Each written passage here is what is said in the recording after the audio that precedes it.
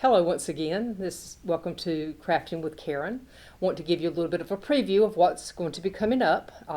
Today, as I have said before, we're going to be doing something with decoupage. I'll show that to you in a few minutes. But this will be the next item that we'll be doing, which is a candy cane wreath. And these, of course, are plastic candy canes. They're not real ones. That would not be a good thing to have. But we will be doing this. And I did notice the other day when I was in my favorite store, Dollar Tree, that they do have candy canes out. They have the red and white ones as well as the green, red, and white ones. So you might want to check them out if you're interested in doing this so you can follow along. The other thing that we will be doing next month is a gnome.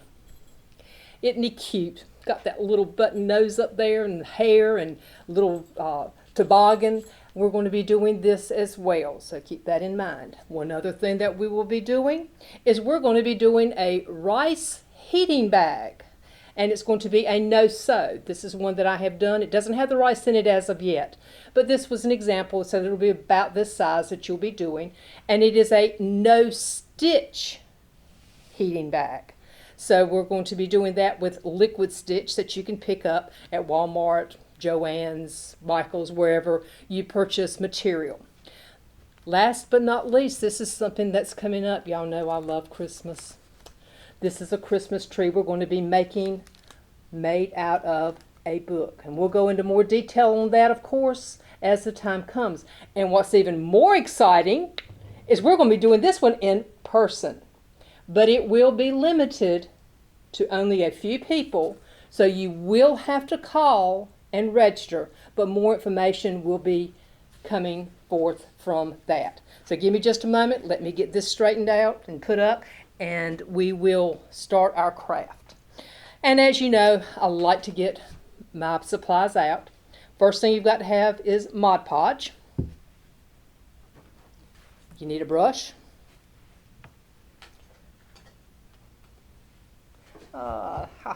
There it is. You got to have a cutting board. I'm going to put this little piece of material behind so you can kind of see. These are at Dollar Tree as well. They are $1. You can get them in either the square size or you can get them in round. And they do have little plastic things on the bottom so that it sticks up and it is not actually on the surface itself. And the interesting thing is that they call it a cutting board, but I think you could probably use it as a trivet, because what you're actually going to be doing is taking a napkin. Y'all know I like my napkins. I've got several different ones here, chosen with the help of a fellow librarian as to which one I'm going to do. But you will actually put the napkin on the back of it, so you don't have to worry about it getting on here and messing up. And as you go through and do crafts, it's interesting. You learn lots of different things to do to help you with these crafts. So what I'm going to do, these are the napkins I'm going to use. They're pretty and purple. But you can use just about any napkin that you want. Here's a Thanksgiving napkin. This is maybe more of a summer one. But what you do is you have to separate them.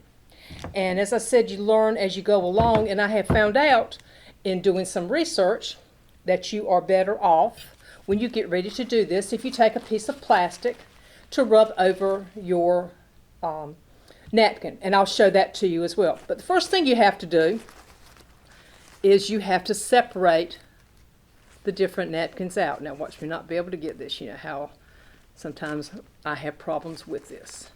But you have to separate the layers out, because this is at least a 2-ply, if not a 3-ply, and you need to go all the way down.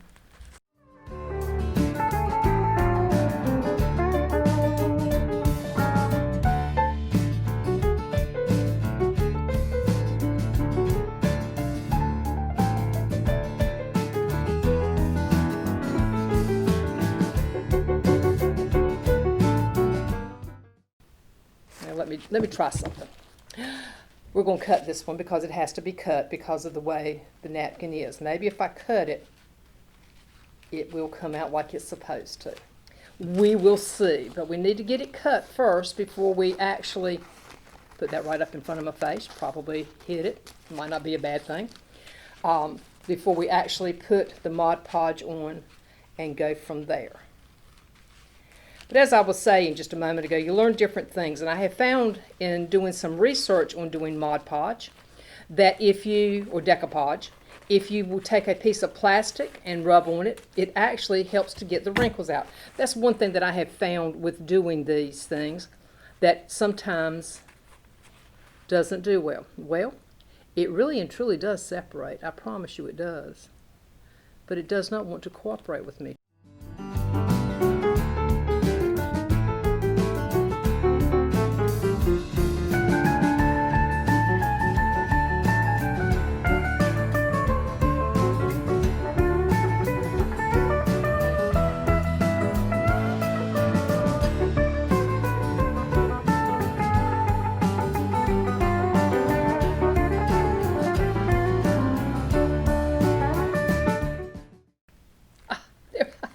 Told you. It just takes a little bit of patience, which was in short supply just a few minutes ago. But you just tear it gently apart. You see how I'm doing.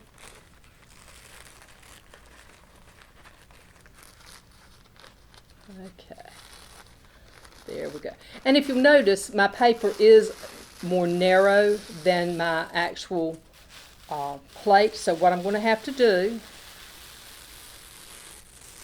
ta-da, is I will be putting half of it and cutting it and then putting the other half over here. Okay, so we have to prepare our plate. And the way we prepare it is we're going to put this on the back of the plate. Well, if you'll notice, I don't know if you can see this or not, but if you'll notice, it does have the little feet on there. Well, they've got to come off because you can't Mod Podge over them. You put them back on by gluing them with just a dab of glue, and it works perfect. I've done that several times with mine. Very easy to get off most of the time. You just have to, if you have nails, you can do it, or you can actually, see, comes off. You can take a file or anything that you have just so that you work it. Just try not to tear it off or tear it in half, because you are going to want to put these back on there. There we go. And it's got a little bit of sticky. You might want to have some alcohol, which I didn't think about today, but you might want some alcohol to put on there just to get it off if you want to. You don't have to, because it will rub right off. Okay, so I have my plate fixed. And the next thing I'm going to do is to take my Mod Podge, maybe, and I am going to actually put it on here like this. I'm going to coat it. And remember, we're coating it on the back because that's how it's going to show up. And you don't need a whole lot, but you do need to take it all the way to the edges because you don't want it to roll up. And this stuff does dry clear, so it's not, you know, if it's streaked or whatever, it's not that big a thing. Make sure you get your edges. And just to give you a little hint also, I did take this very same napkin and take a vase, painted it white, and then I Mod Podged this particular napkin onto that vase and then put some really pretty purple flowers on it. Try and remember and bring that the next time, and possibly just so I can show you. Okay, so what we're going to do now is we're going to take my napkin and we are going to lay it. I don't know if you can see it from the angle of the camera, but we are going to layer it face down, tear it in half. Probably take the scissors would be better in the long run, so let me do that instead. Give me a moment and I'll hold it back up for you. And it doesn't have to be even because you're going to actually take the edges off. Put it back on. And if you'll notice, have it like this. Cut a little bit short, but you can go back, and if you have another one, you can always go back and actually put a little bit of edge on it, and no one will ever know the difference. You're the only one. And if you would get some cling wrap, now this is some I had at my home, and it's red, which is Christmas, so I had it for Christmas. Put it over your decoupage. I actually have a roller that I'm going to be using, but you can take your hand and actually do this.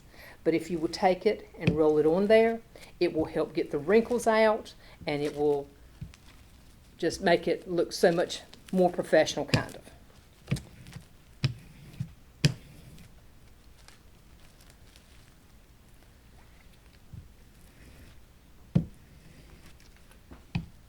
And just move it around and take it to the edges.